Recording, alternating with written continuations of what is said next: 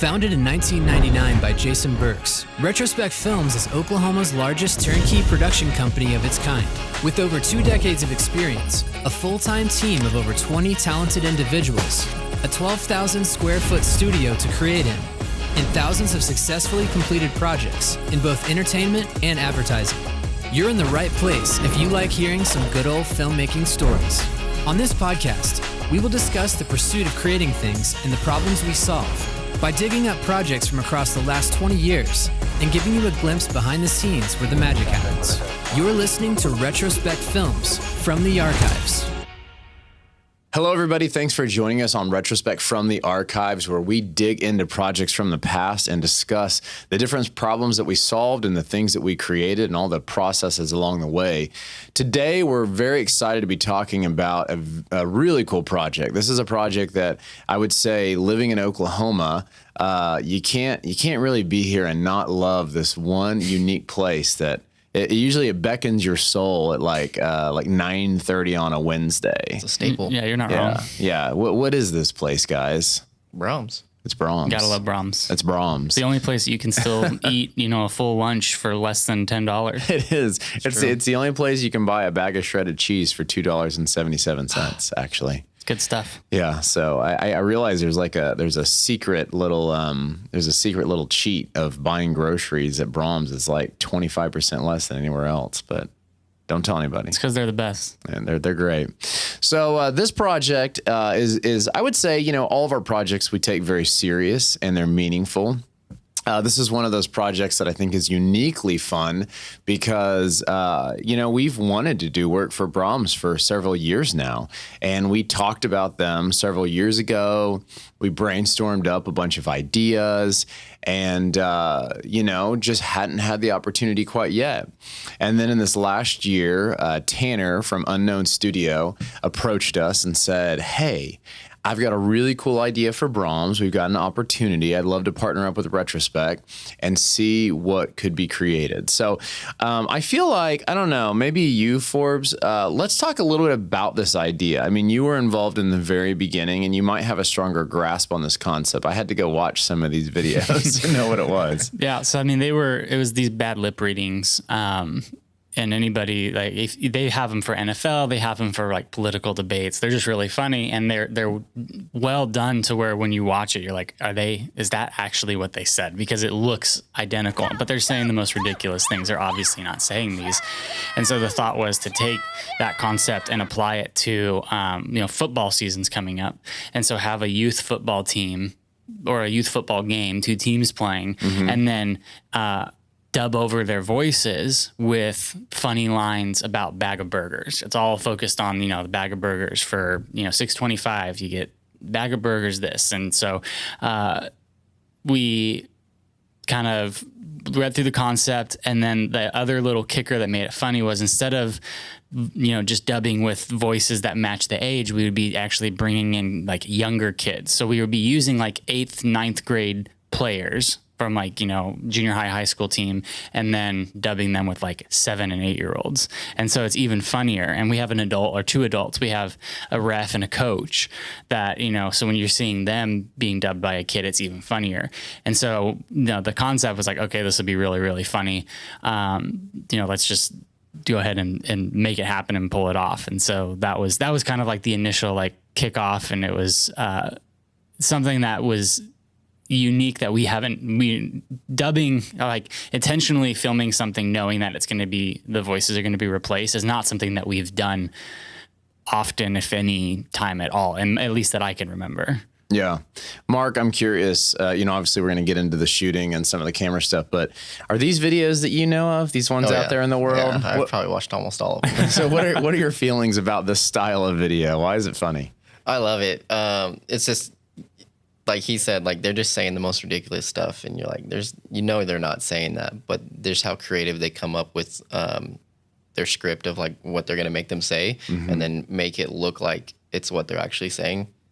Just the words they choose, like they don't even have to make a sentence sometimes, and then you just like I smell cheese, or something. It's just in a funny voice, and it's like the ref is making a call, or it's something serious that's happening, or something like that, State of the Union or something, and it's just. Yeah. ridiculous. But I love it. It's great. I've grown up on them, so it was great to shoot this. All right, this game's for all the burgers. If we win, everybody gets 6 or 25-cent bag of burgers from Braum's. Braum's. The defense has recovered the hamburger. Man, you flattened him like a hamburger. I did. I scream, you scream, we all scream for burgers! Bag of burgers, $6.25. Bag of burgers, $6.25. Guys, this game is in the bag, and Braum's bag of burgers is only $6.25. Ready? Great! You got the hunger inside you? I'm hungry for burgers, Coach. Me too. Illegal burger grabbing. Braum's, it's that way. I'm so hungry. Let's run to Braum's. Bag of burgers, $6.25. Down. Set burger 1. Burger 2. I'm out of burgers. Hey, would you rather eat an entire bag of burgers or catch a 100-yard touchdown? Come on, throw me that bag of burgers. That's what I thought. Why didn't the burger cross the road? Because it couldn't catch up. Go! Yeah! Showdown! Bag of burgers, $6.25. Why'd the burger go to the gym? I don't know. To get bigger buns. Victory burger for you, victory burger for you, victory burger for you. How many burgers are in a Braum's bag of burgers? 1, 2, 3, 4, 5. Ugh, I can't call plays on an empty stomach. You all run the plays, I'm running to Braum's. Bag of burgers, $6.25. Well, I think what we'll do is we'll talk through this whole project going from planning, pre-pro, production, into post-production. We're actually in post-production right now, so this one's not too far away in the archives. So the first step on anything like this is you've got to make a lot of decisions, a lot of pre-pro things. And these commercials specifically are for TV. So what we were aiming at was 3 or 4 30-second commercials. They would be a mixture of scenes that were all different. And they, like Brandon said, they would involve a coach and a ref and a team. So, Brandon, why don't you just kind of summarize all the first pre-pro items? What were the things that had to happen, and what decisions did you make? Yeah, I mean, first was the biggest is okay, we got to find players and a field, and they want it to be a nice turf field.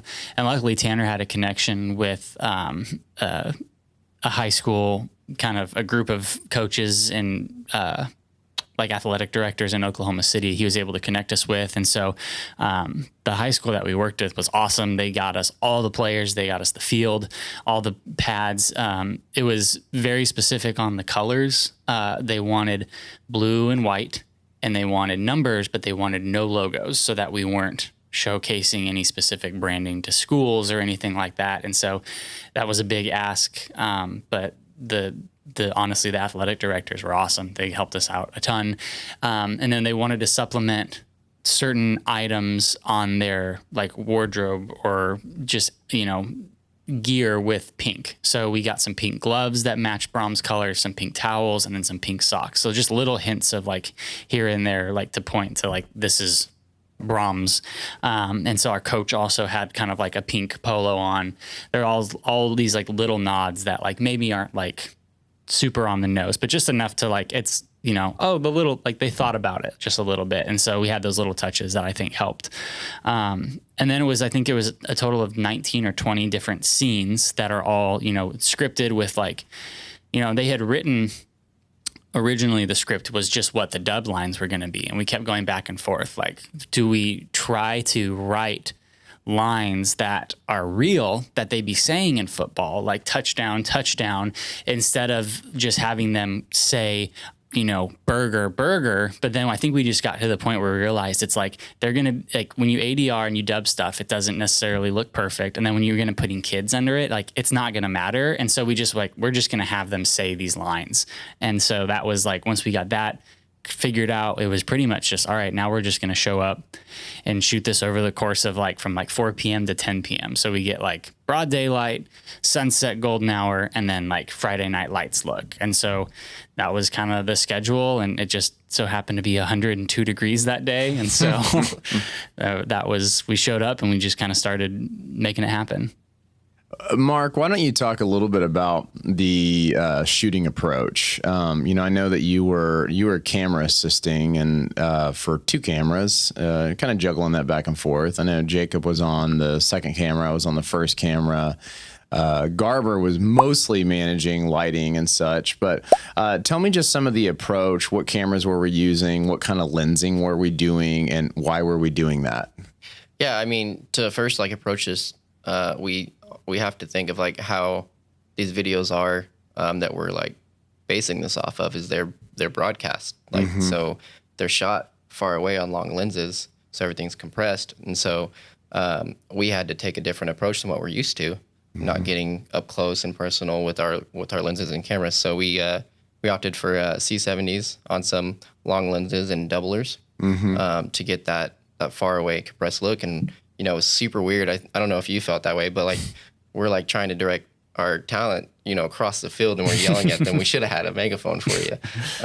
But it was like, it kind of felt off, but I mean, the end product, looks amazing. But yeah, so we had to, that was our workaround to making it look like a broadcast event that was happening live that we took and throwing them up on ladders. Yeah, we had a big ladder, had you on, so it looked like you were up in the grandstand somewhere, pointing down on the field. But yeah, it was nuts. And then, to add on to the weather was it was hot. It was hot.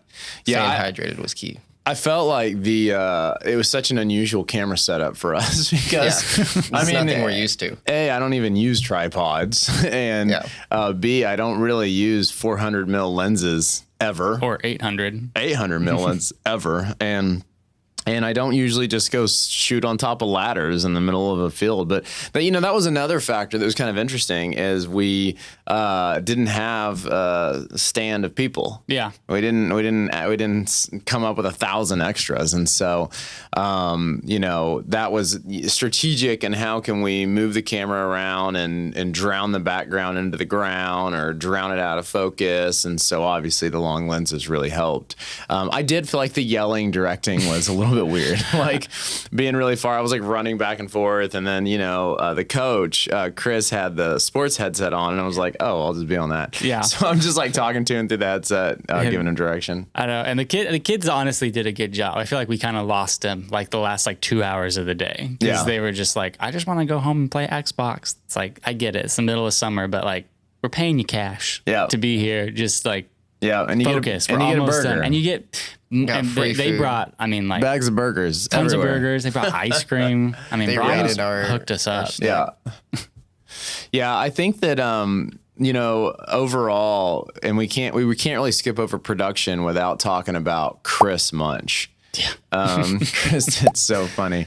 I feel like there was a lot of moments where we're just like uproar of laughter on the monitors. I've known Chris forever. Gosh, I guess you probably have as well. Yeah.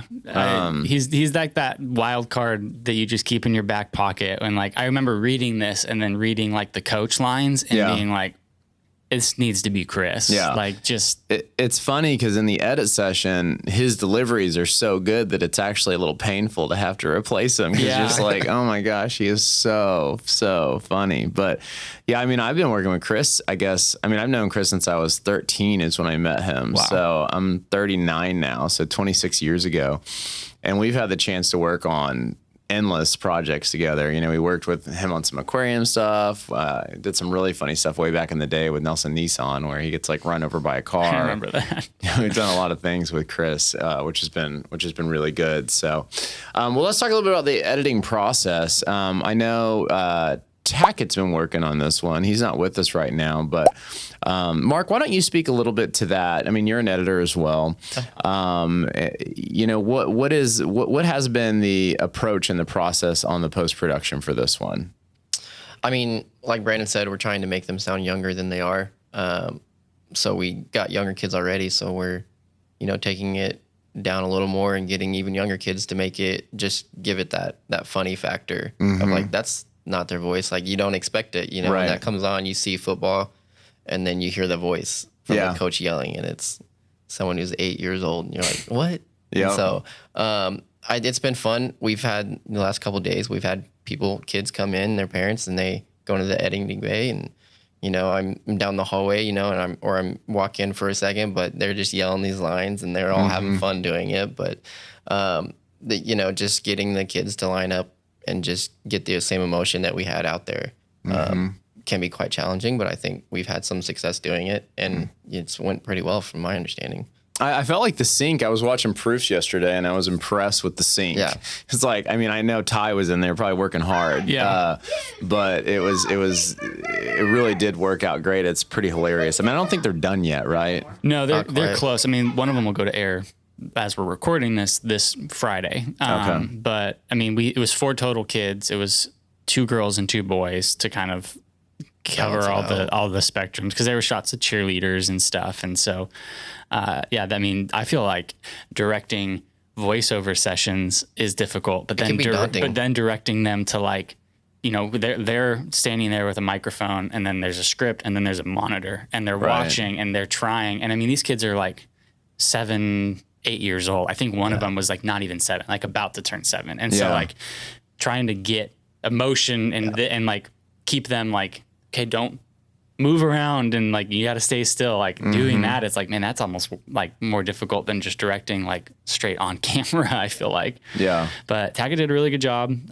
Those edit sessions were helpful. And I watched a couple yesterday. I was like, oh, these are really funny. Like, I think these are going to be great. Yeah. I think one of the things that's really interesting about these spots is they're not like any commercials I don't think I've ever seen on television ever. No, I don't know if I've ever seen like a purposefully dubbed commercial. Yeah. And what did it say at the beginning? What's the graphic say? So normally it comes up and it says, it's like a bad lip reading, but it's like dun, dun, dun, and this one says bag of burgers. Okay. So it's just, but it's the same sound. So it's like, you know, if people know what bad lip reading is, the moment that this plays on their TV or their pre-roll, whatever ad they're watching, it's going to be an immediate like head turn, which is like this? So smart, because like, oh, like, I know what that is. Yeah. I think that, you know, it's funny because we haven't talked a lot about Tanner, but Tanner, I think he wrote most of these. Yeah. And Tanner did a really good job. And he's come out, sat in the edit sessions. You know, he loves football. Yep. I think does he have kids in football? I think he might. Yeah. But that was the other thing too. It's like Tanner, like, football, knows it. Not like, there's a couple of us that follow football. Yeah. Like, actively, but the majority of us aren't like big football fans. Right. And so we were just like, Tanner, like, we need you to come in, because, you know, if we're watching, we did, you know, probably close to 10 takes per scene. Oh yeah. And we don't know if something happened potentially. And so I know Adam is a big football fan. And so Adam was in there kind of watching stuff too, because we were like, is this right? Yeah.